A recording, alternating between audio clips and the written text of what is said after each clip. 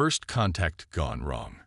The vast expanse of space had always beckoned humanity, a siren call that whispered of adventure and discovery. When mankind finally cracked the code of faster-than-light travel, it was as if the entire universe had opened its arms in welcome. Or so they thought. Captain Elena Rodriguez stood on the bridge of the UES Horizon, Earth's most advanced exploration vessel. Her dark eyes scanned the holographic displays surrounding her, each one painting a picture of the alien world they now orbited.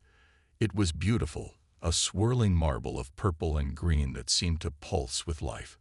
"Status report," Elena commanded, her voice steady despite the excitement thrumming through her veins. Lieutenant Jared Chen, her second-in-command, responded promptly. "All systems nominal, Captain. We're maintaining a stable orbit, and our scans indicate a technologically advanced civilization on the surface." Elena nodded, a small smile playing at the corners of her lips. "Well, ladies and gentlemen, it looks like we've hit the jackpot. First contact with an alien species capable of interstellar communication. Let's make humanity proud." As the crew bustled with activity, preparing for their historic descent to the planet's surface, none of them could have predicted the catastrophe that awaited them. The landing was textbook perfect. Elena led a small delegation onto the alien world, her heart pounding with a mixture of trepidation and exhilaration.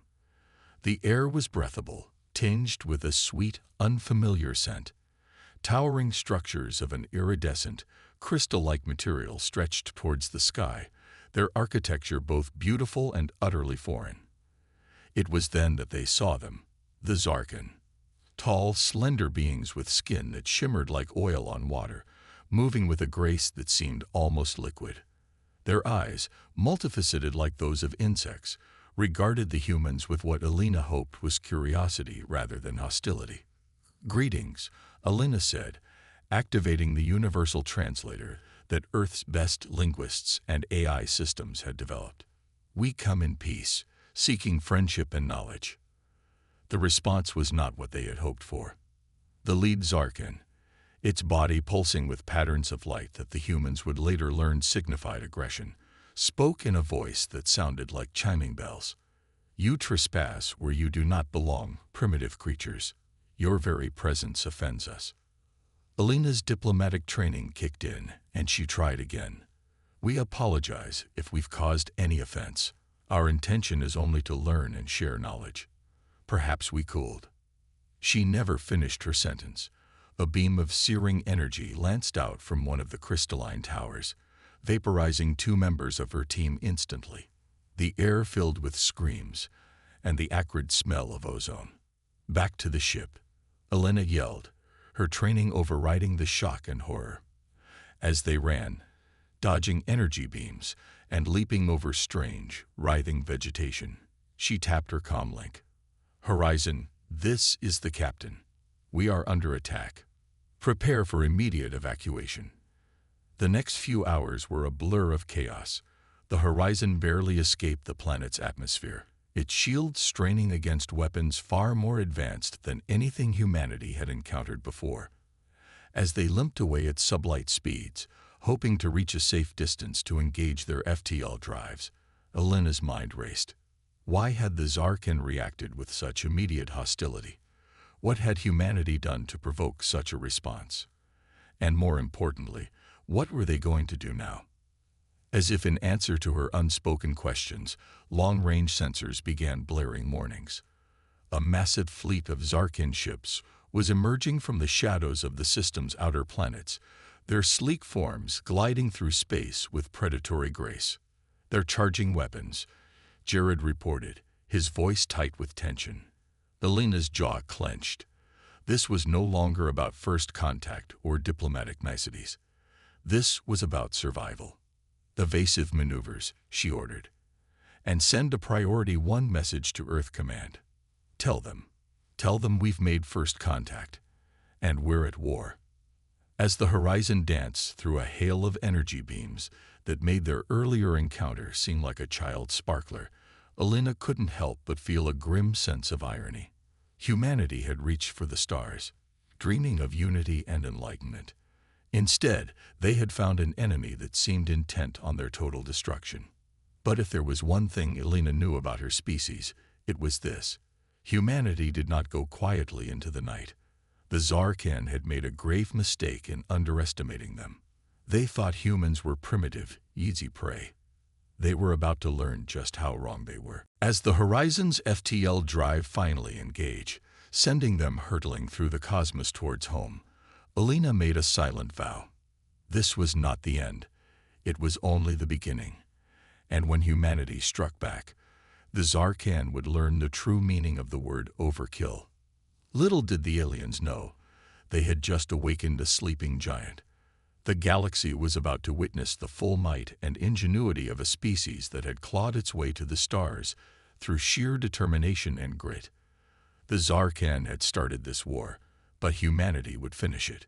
And as the Horizon raced towards Earth, carrying its dire warning and the seeds of a conflict that would reshape the galaxy, the stars themselves seemed to hold their breath. The stage was set for a confrontation that would echo through the annals of cosmic history. Humanity, with all its flaws and all its glory, was about to show the universe exactly what it was capable of when pushed to the brink. The Zarkan had no idea what they had just unleashed, but they were about to find out, in spectacular, earth-shattering fashion. The war for humanity's future had begun, and it promised to be unlike anything the galaxy had ever seen before. The human response. The news of the Zarkan attack spread across Earth like wildfire, igniting a firestorm of emotions, fear, anger, and above all, a steely determination. Humanity had faced existential threats before, but never one from beyond the stars. Yet, as world leaders gathered in an emergency summit, it became clear that this was not a species ready to curl up and die. Dr. Aisha Patel, Earth's leading xenobiologist, stood before the assembled dignitaries, her holographic image flickering slightly as it was broadcast to secure bunkers across the globe. "The Zarkan," she began, her voice steady despite the gravity of the situation, "are technologically superior in many ways. Their energy weapons, their FTL capabilities, even their basic understanding of physics seems to surpass our own." A murmur of unease rippled through the audience, but Aisha held up a hand. "However," she continued, a hint of a smile playing at her lips, "they have made one critical error. They have underestimated us."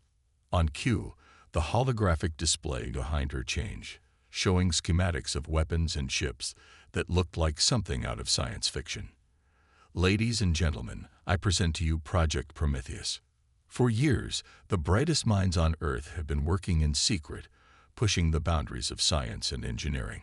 Officially, it was to prepare humanity for the rigors of deep space exploration. Unofficially, it was a safeguard against exactly this kind of threat. "Antimatter catalyzed fusion drives," Aisha explained, as the schematics rotated in the air.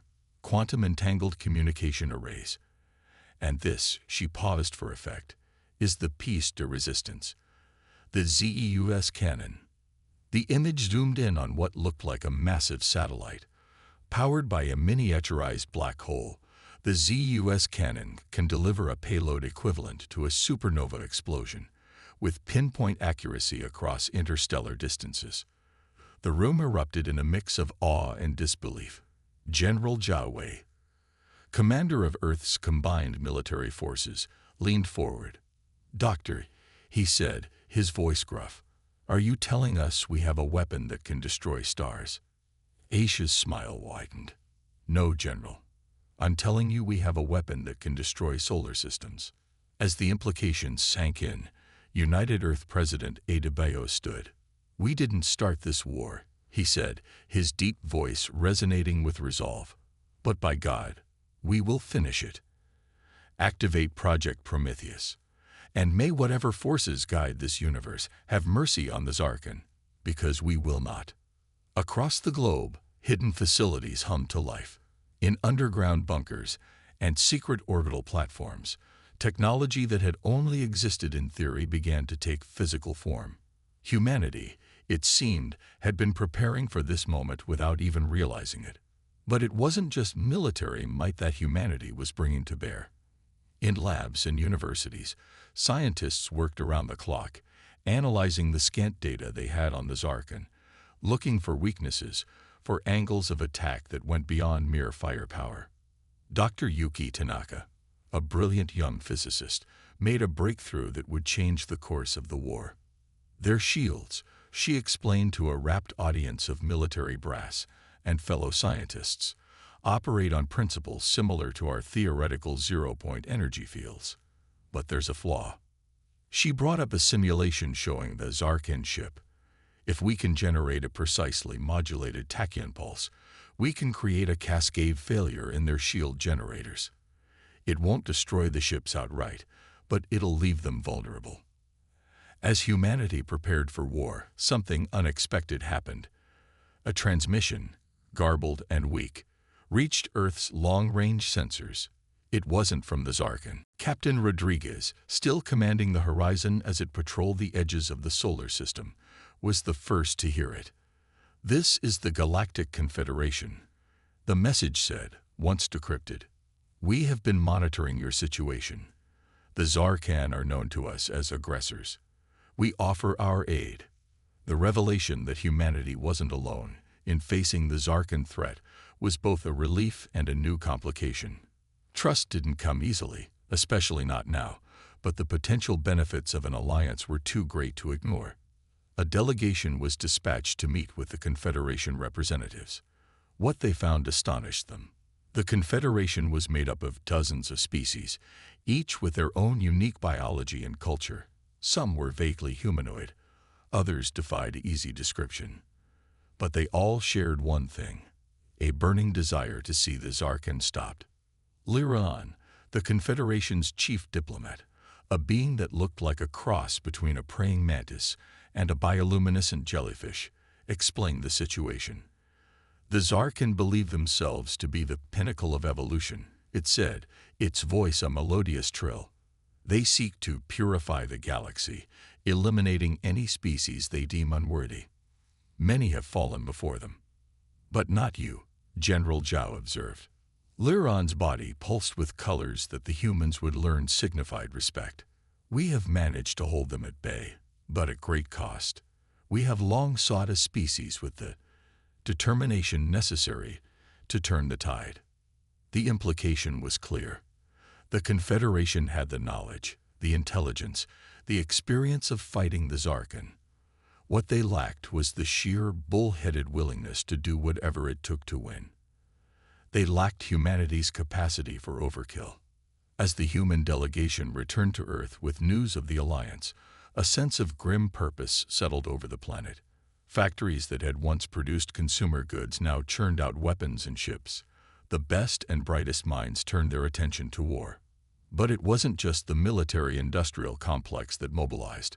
Every aspect of human society found a way to contribute. Artists created propaganda that stirred the soul and steeled resolve. Farmers developed new strains of crops that could feed an army with unprecedented efficiency. Even children got involved, their wild imagination spawning ideas that sometimes led to genuine breakthroughs. The Zarkan had awakened something in humanity, a primal drive not just to survive, but to thrive in the face of adversity. The species that had weathered ice ages, outlasted megapredators, and conquered its own planet was now ready to show the galaxy what it was truly capable of. As the first wave of human ships, bristling with weapons that pushed the very limits of physics, prepared to launch, Captain Rodriguez found herself addressing the combined fleet. Her words would be remembered for generations to come. "We didn't ask for this war," she said, her voice carrying to every ship, every station, every bunker where humans waited with bated breath. "We reached out in friendship and were met with violence. But if it's a fight they want, then by all that we hold dear, it's a fight they'll get." She paused, her eyes blazing with a fire that seemed to ignite something in all who saw her. "The Zarkan think they know war. They think they know violence. But they have never faced humanity with its back against the wall. They have never seen what we're capable of when everything we love is on the line. So let's show them. Let's show them why you don't corner an animal that never learned when to quit. Let's show them why humanity has survived every catastrophe, every setback, every threat we've ever faced. Let's show them the true meaning of overkill. As humanity's fleet engaged its drives, the very fabric of space-time seemed to shudder. The Zarkhan had started this war thinking they faced a primitive, easy target. They were about to learn just how wrong they were. The galaxy held its breath, for the storm that was coming would reshape the very nature of cosmic warfare. Humanity was on the move, and heaven help anyone who stood in their way. Operation Thunderstrike. The void of space, once a canvas of serene beauty, now crackled with tension. Humanity's fleet, a hodgepodge of hastily retrofitted civilian ships and bleeding-edge military vessels, hung in the darkness like a swarm of angry hornets. At their center, the newly christened dreadnought, humanity's vengeance, loomed, its hull bristling with weapons that seemed to defy the laws of physics. Admiral Kira Chen, daughter of the famed Lieutenant Jared Chen, stood on the bridge, her eyes fixed on the holographic display before her. The plan was audacious, bordering on insane. But then again, insanity seemed to be humanity's stock in trade these days. All ships report ready. Admiral, her XO, Commander Dmitry Volkov, announced. The Confederation fleet is in position as well. Kira nodded, a grim smile playing at her lips. Then let's remind the galaxy why you don't pick a fight with the crazy monkeys from Earth. Commence Operation Thunderstrike. Across the fleet, engines flared to life. But these weren't ordinary engines. The antimatter-catalyzed fusion drives, fruit of Project Prometheus, tore holes in reality itself. In the blink of an eye, the entire human armada vanished, only to reappear deep in Zarkhan territory. The Zarkhan, for all their vaunted superiority, were caught completely off guard. They had expected a direct assault on their borders, a grinding war of attrition. Instead, humanity had bypassed their entire defensive line, striking at the heart of their empire. Multiple Zarkhan capital ships detected, Dmitry reported, his voice tight with tension. They're moving to engage. Kira's smile turned predatory. Perfect. Deploy the Trojan horse. From the bowels of humanity's vengeance, a swarm of what appeared to be escape pods erupted. The Zarkhan, operating on protocols honed over centuries of conflict, moved to capture them. It was standard procedure: take prisoners, extract information. It was also exactly what humanity had been counting on. As the pods were tractored into Zarkhan ships, they burst open, but instead of cowering prisoners, outpoured swarms of nanobots. Designed by Dr. Yuki Tanaka, these microscopic machines had one purpose: to wreak havoc on Zarkhan systems. Alarms blared across the Zarkhan fleet as ships suddenly lost power, weapon systems went offline, and life support began to fail. The nanobots, guided by advanced AI, rewrote code and repurposed hardware at a blistering pace. Zarkhan fleet is in disarray, Dmitry reported, unable to keep the awe from his voice. Confederation forces are moving in to mop up. But Kira's attention was elsewhere. Status on the ZUS cannon. A junior officer spoke up. Charged and ready. Admiral, awaiting your command. Kira took a deep breath. What she was about to do would change the course of the war, perhaps the very nature of warfare itself. But the Zarkhan had to be shown, beyond any doubt, that humanity was not to be trifled with. Target the Zarkhan homeworld, she ordered, her voice steady despite the weight of the moment, not the planet itself. I want their moon. Show them we can reach out and snuff the light from their sky. The ZEUS cannon, a weapon powered by the controlled fury of a miniature black hole, came to life. A beam of pure destruction lanced out, crossing light years in an instant. The Zarkhan moon, a symbol of their empire's endurance, vanished in a flash brighter than a supernova. As debris rained down on the Zarkhan homeworld, Kira opened a channel to the enemy fleet. Attention Zarkhan forces. You attacked us without provocation. You threatened our existence. Now you see the consequence of your actions." She paused, letting the image of their shattered moon drive the point home. This was a warning shot. "We can do this to any planet, any star, anywhere in your empire. Surrender now, or the next target won't be a moon." The response was not what anyone expected. Across the Zarkin communication channels, a single word repeated over and over: demons. Humanity had done the impossible. They had not just defeated the Zarkin in battle, they had shaken their worldview to its core. The species that had thought itself the pinnacle of evolution now faced an enemy that seemed to bend reality to its will. As the Zarkin fleet began to retreat in disarray, the human forces allowed themselves a moment of celebration.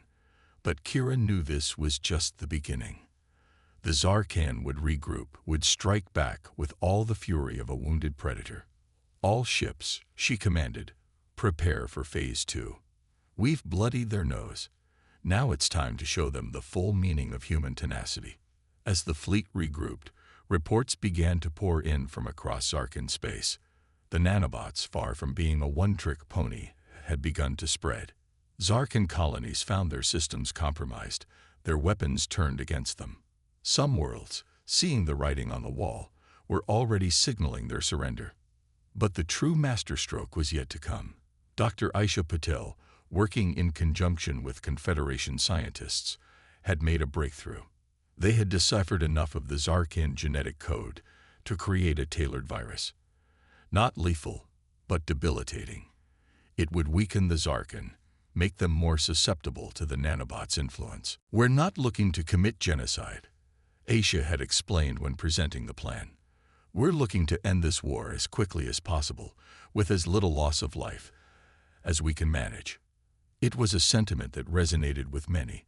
For all their fury, for all their capacity for overkill, humans had not lost their compassion. They fought not for vengeance, but for survival. And in that fight, they would use every tool at their disposal. As the virus was deployed, carried on the solar winds, and through compromised Zarkin ventilation systems, the tide of the war shifted dramatically. Zarkin soldiers found themselves weakened, their vaunted physical superiority eroded. Their ships, once the pinnacle of technology, now struggled to operate under the constant assault of human ingenuity. But it was on the ground that humanity truly shone. As Marines made planetfall on Zarkin worlds, they brought with them not just advanced weapons, but adaptability that bordered on prescience. Powered armor suits that could reconfigure on the fly to deal with any environment. Weapons that learned from each engagement, becoming more effective with each shot fired. Colonel Sarah Martinez, leading the squad on the Zarkin colony world of Exarthal, found herself face to face with a Zarkin commander. The alien, its chitinous armor cracked and smoking, looked at her with multifaceted eyes that shimmered with a mix of fear and awe. What are you?" It chittered, its translator struggling to convey the depth of its confusion. Sarah smiled behind her helmet. "We're human," she said simply. "And you really shouldn't have pissed us off." As word of humanity's victories spread, more and more Zarkan worlds began to surrender.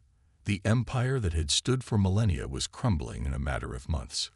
But Admiral Chen and the human high command knew better than to get complacent.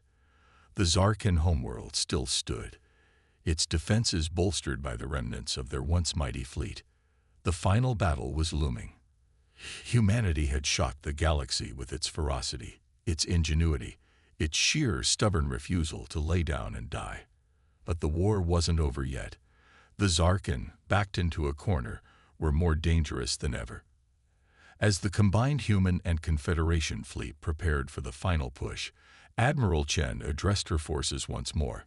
"We didn't start this fight," she said, her words carried to every ship, every soldier, every human across the galaxy. "But by all that we hold dear, we're going to finish it." The Zarkin thought they could exterminate us like vermin. Instead, they've awakened a force beyond their comprehension. She paused, her eyes blazing with determination. "We are humanity. We are the species that looked at the impossible and said, 'Watch us. We are the descendants of those who survived ice ages, predators, and our own worst impulses. And now we will be the ones who bring peace to the galaxy, no matter the cost. As the fleet engaged its drives, preparing to make the final jump to the Zarkan homeworld, the universe seemed to hold its breath. The battle to come would reshape the galaxy, and humanity, the upstart species that had gone from first contact to interstellar superpower in a matter of months, was leading the charge. The Zarkan had started this war. Humanity was about to end it, and the galaxy would never be the same again. The turning point. The Zarkan homeworld loomed large in the viewscreens of the human fleet. Once a jewel of the galaxy, its purple and green swirls now marred by the scars of war. The remnants of its shattered moon formed a glittering ring around the planet, a constant reminder of humanity's destructive potential. Admiral Kira Chen stood on the bridge of humanity's vengeance, her face a mask of determination. "Status report," she barked. Commander Volkov's fingers danced over his console. "Zarkan defenses are at maximum. They've consolidated their remaining fleet around the planet. Energy readings suggest they've activated some kind of planetary shield." Kira nodded grimly. "They're dug in deep. Good. I'd hate for this to be too easy." As the human fleet approached, the Zarkan made their move. A massive energy pulse erupted from the planet's surface, expanding outward at incredible speed. "Evasive maneuvers," Kira shouted, but it was too late. The pulse washed over the fleet, and for a heart-stopping moment, every system went dark. Then, just as quickly, everything came back online. Kira let out a breath she didn't realize she'd been holding. "Damage report." Volkov shook his head in disbelief. "Minimal, Admiral. Whatever that was, our shields absorbed most of it. But our Confederation allies weren't so lucky." The view screen showed the grim truth. While the human ships had weathered the blast, the Confederation fleet was in disarray. Many of their ships drifted lifelessly, their systems fried by the Zarkan weapon. "Clever bastards," Kira muttered. "They've been holding back, waiting for this moment." She keyed her comm. "All ships, this is Admiral Chen. Protect our allies. Defensive formation Delta. And someone get me Dr. Tanaka." As the human fleet moved to shield their stricken allies, Dr. Yuki Tanaka's face appeared on a holoscreen. "Admiral, I saw the energy spike. That weapon, it's like nothing we've ever encountered. Can you counter it?" Kira demanded. Yuki's eyes gleamed with the challenge. "Give me an hour." "You have 15 minutes, Kira replied. "After that, we might not have a fleet left to save." As Yuki and her team worked feverishly, the battle raged. The Zarkan, emboldened by the success of their secret weapon, pressed their attack. Human ships, advanced as they were, found themselves hard-pressed to defend both themselves and their disabled allies. On the planet's surface, things were equally chaotic. The virus that had been so effective elsewhere seemed to have little effect on the Zarkan homeworld population. Colonel Sarah Martinez, leading a ground assault team, found herself pinned down by enemy fire. "Command, this is Reaper Actual," she shouted into her comm over the din of battle. "We're taking heavy losses. Request immediate evac." But help wasn't coming. Every available ship was engaged in the space battle above. Sarah gritted her teeth, watching as her squad's numbers dwindled. This, she realized, might be where humanity's luck finally ran out. Then, just as all seemed lost, a familiar voice crackled over the comms. "This is Dr. Tanaka to all forces. We've cracked it. Transmitting countermeasure now." Across the battlefield, human systems came alive with new purpose. Shields reconfigured, weapons adjusted their frequencies. The tide began to turn. In orbit, Admiral Chen watched with fierce pride as her fleet rallied. All ships pressed the attack. Show these bastards what happens when you back humanity into a corner. The battle that followed would be remembered for generations as one of the most intense in galactic history. Human ships, their technology now adapted to counter the Zarkan's secret weapon, tore through the enemy fleet. On the ground, powered armor reconfigured itself, allowing human soldiers to match the Zarkin in hand-to-hand combat. But it was Dr. Aisha Patil who delivered the final stroke. Working with data gathered from the front lines, she had refined her virus. This new strain, tailored specifically to the Zarkin homeworld population, spread like wildfire. Within hours, Zarkin forces began to falter. Their movements became sluggish, their coordination failed, and as the effects of the virus became apparent, something unprecedented happened. A transmission, broadcasted on all frequencies, in a voice that trembled with a mix of fear and awe. "Attention, human forces. This is High Commander Zexlor of the Zarkin Empire. We surrender." The words hung in the air, almost unbelievable. After months of brutal warfare, after pushing humanity to its very limits, the Zarkan were laying down their arms. Admiral Chen, her uniform singed and her face smudged with soot from a near miss on her bridge, opened a channel. "This is Admiral Kira Chen of the United Earth Fleet. We accept your surrender. Stand down all weapons and prepare to receive our envoys." As the human fleet moved into position around the Zarkin homeworld, a stunned silence fell over the battlefield. They had done it. Against all odds, humanity had prevailed.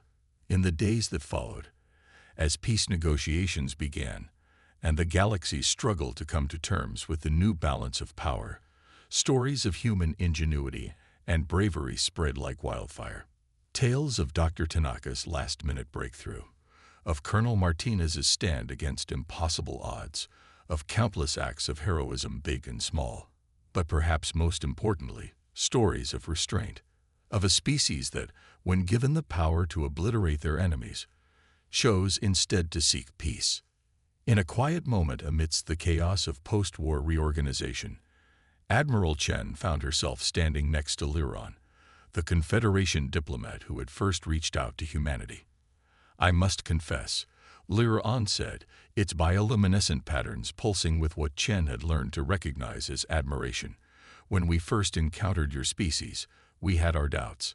Your technology was primitive, your grasp of galactic politics non-existent." Kira raised an eyebrow. "And now?"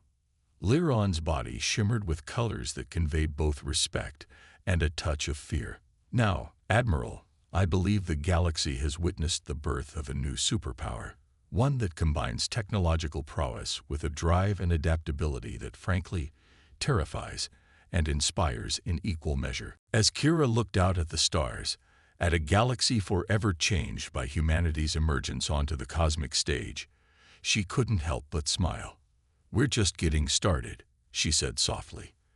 "The Zarkan thought they were the pinnacle of evolution. We showed them the error of their ways. But out there," she gestured at the vast expanse of space, "who knows what other challenges await us?" Liron's appendages quivered in what might have been a shrug. "Whatever comes. Admiral, I suspect humanity will face it the same way you faced the Zarkan, with ingenuity, courage, and perhaps just a touch of that uniquely human brand of controlled insanity." As night fell on the Zarkan homeworld, now under joint human and Confederation occupation, the galaxy held its breath. The war was over, but the story of humanity's rise was just beginning. And if their performance against the Zarkan was any indication, it promised to be a tale for the ages. The stars themselves seemed to shine a little brighter that night, as if in acknowledgement of the new power that had arisen to claim its place among them. Humanity had arrived on the galactic stage, and the universe would never be the same again. Aftermath and reflections. 5 years had passed since the surrender of the Zarkan Empire. The galaxy, once a realm of strict hierarchies and ancient powers, had been irrevocably changed by the explosive emergence of humanity onto the interstellar stage. On Earth, in the sprawling complex of the United Nations Galactic Headquarters, Admiral Kira Chen, retired, stood before a window, gazing at the bustling skyline of New Shanghai. Flying cars zipped between buildings that seemed to scrape the very heavens, their designs a mesmerizing blend of human ingenuity and alien aesthetics. "Admiring the view, Admiral," a familiar voice chirped behind her. Kira turned, a smile warming her features as she saw Lyron, the Confederation diplomat who had become one of humanity's staunchest allies. "Just thinking about how much has changed," she replied. "And please, it's just Kira now. I hung up the uniform years ago." Lyron's bioluminescent patterns pulsed with amusement. "Some titles are earned, not given. You'll always be Admiral to many, including myself." As they walked together towards the council chambers, Kira marveled at how ordinary the sight of aliens on Earth had become. Beings of all shapes and sizes moved through the corridors, a living testament to the new era of galactic cooperation. "Hard to believe it's been 5 years, Kira mused. "Sometimes I still expect to wake up and find it was all a dream." Lyron's appendages rippled in what Kira had learned was the equivalent of a nod. A sentiment shared by many across the galaxy, "I assure you. The rise of humanity has been unprecedented." Inside the council chamber, representatives from 100 worlds waited. At the center of the room stood a holographic display of the galaxy, worlds highlighted in various colors to represent the new political landscape. Dr. Aisha Patel, now the head of the Galactic Scientific Cooperation Initiative, was in the middle of a presentation. "And with the integration of Zark and biotech into our medical systems, we've seen a 300% increase in life expectancy across member worlds." Kira couldn't help but feel a surge of pride. The decision to rehabilitate rather than subjugate the Zarkan had been controversial, but the benefits were undeniable. Their advanced biotechnology, once used for war, was now saving lives across the galaxy. As the meeting progressed, discussing everything from trade agreements to joint defense initiatives, Kira found her mind wandering to the early days of the war. The fear, the desperation, the moments when all had seemed lost. And yet, humanity had not just survived, but thrived. After the meeting, Kira found herself in a quiet garden terrace, a space designed to accommodate the environmental needs of a dozen different species. Dr. Yuki Tanaka joined her, the young physicist's eyes still burning with the same curiosity that had helped turn the tide of the war. "Credit for your thoughts, Admiral," Yuki asked, handing Kira a steaming cup of green tea. Kira sipped the tea, savoring the familiar taste. "Just wondering what our ancestors would think if they could see us now. First contact, interstellar war, and galactic peace, all within a decade." Yuki chuckled. "They'd probably ask us to slow down a bit. But then again, when has humanity ever been good at taking it slow?" Their laughter was interrupted by an urgent beep from Yuki's communicator. The physicist's eyes widened as she read the message. "Admiral, you're going to want to see this." Minutes later, they were in the main observatory. A cluster of scientists and diplomats had gathered around a massive screen displaying deep space telemetry. "We detected it at the edge of the Andromeda galaxy," one of the scientists explained, her voice trembling with excitement. "It's artificial, massive, and it's moving." Kira felt a familiar mix of anticipation and trepidation. "First contact all over again," she murmured. As if on cue, Lyron glided into the room, its patterns pulsing rapidly. "The Confederation has no record of any civilization capable of such feats in Andromeda," it said. "This is unprecedented." For a moment, the room was silent, the weight of the discovery settling over everyone present. Then, slowly, Kira felt a smile tugging at her lips. "Well," she said, straightening her shoulders, "I guess humanity's vacation is over. Time to show the universe what we've learned." The energy in the room shifted, excitement replacing apprehension. This was what humanity had been preparing for, knowingly or not. Every challenge, every setback, every victory had led to this moment. As orders were given and ships prepared for a long journey to Andromeda, Kira found herself back at the window, gazing at the stars. The galaxy that had once seemed so vast and unknowable now felt almost cozy. But out there, beyond the familiar constellations, a new adventure awaited. "You know," Yuki said, joining her at the window, "some might say we should be cautious." That we should wait and observe. Kira nodded. They might, and they wouldn't be entirely wrong. She turned to face the room, filled with beings from across the galaxy, all united in common purpose. But that's not who we are. We're explorers, dreamers, innovators. We don't wait for the universe to come to us. We go out and meet it head-on. As the news spread across Earth and to the far corners of the galaxy, a familiar energy began to build. The same determination that had allowed humanity to defeat the Zarkan, to forge alliances with alien races, to reshape the very fabric of galactic society, was turning its gaze to a new frontier.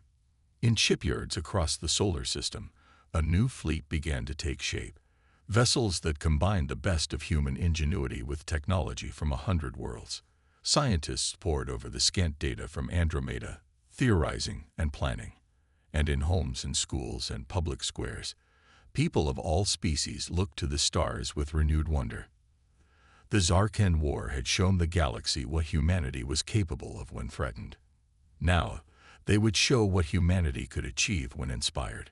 As the first ships of the Andromeda expedition prepared to launch, carrying crew members from every corner of the now united galaxy, Admiral Kira Chen found herself called upon one last time to address the fleet. Standing before a sea of faces, human and alien alike, she felt the weight of history on her shoulders. But it was a weight she welcomed, a responsibility she embraced. 5 years ago, she began, her voice carrying to every ship, every station, every world in the Alliance. We faced extinction. We were alone, outnumbered, outgunned, but we refused to go quietly into the night. We fought, we adapted, we overcame. She paused, looking out at the eager faces before her. Now we face not a threat, but an opportunity. A chance to reach out to the unknown, not with weapons, but with open hands and curious minds. We go not as conquerors, but as explorers. Not in fear, but in hope. The room was silent, every being hanging on her words. We are no longer just humanity. We are the combined knowledge, courage, and spirit of 100 worlds. And together, there is nothing we cannot achieve. As cheers erupted, as ships began to fire up their engines, as a new chapter in galactic history began to unfold, Kira felt a sense of profound gratitude. The universe had thrown everything it had at humanity, and humanity had not just survived, but flourished. Whatever waited for them in Andromeda, be it friend or foe, wonder or danger, they would face it the same way they had faced every challenge, with determination, ingenuity, and just a touch of that uniquely human audacity that had taken them from stone tools to starships in the blink of cosmic eye. The story of humanity's rise was far from over. In fact, it was just beginning. And as the expedition fleet vanished into the depths of space, the galaxy held its breath once more, eager to see what marvels and miracles this young, brash, endlessly surprising species would uncover next. For in the end, that was humanity's true superpower, not their weapons or their technology, but their boundless capacity to dream, to dare, and to turn the impossible into reality. The universe had better brace itself. Humanity was on the move again, and this time, they were bringing the entire galaxy along for the ride.